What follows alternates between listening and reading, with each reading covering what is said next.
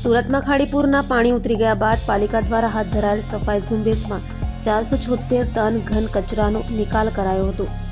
સુરતમાં ખાડીપુરની સ્થિતિ સર્જાયા બાદ ખાડીપુર પાણી ઓસર્યા બાદ 476 મેટ્રિક ટન ઘન કચરાનો નિકાલ કરાયો છે। સુરતના લીંબાદ, સરથાણા, કનકપુર, ઉધના ઝોનના ખાડી કિનારાના વિસ્તારોમાં સુરત મનપાના 1500 સફાઈ કામદારો કામે લાગ્યા હતા અને પાલિકા કમિશનર શાલિની અગ્રવાલે તમામ વિસ્તારોમાં ટીમ સાથે હાજર રહી રોગચાળા અંગે સર્વે હાથ ધર્યો હતો તથા તમામ વિસ્તારોમાં 16 મેડિકલ ટીમે દ્વારા કુલ 5041 ઘરોમાં સર્વે કરવામાં આવ્યો હતો, જેમાં 36 લોકોને સામાન્ય તાવના, 5 લોકોને ઝાડા ઉલટીના કેસો મળી આવ્યા હતા। તે તમામ લોકોને સ્થળ ઉપર જ સારવાર આપવામાં આવી હતી તો સાથે જ 12,850 ક્લોરીન ટેબ્લેટનું વિતરણ કરાયું હતું।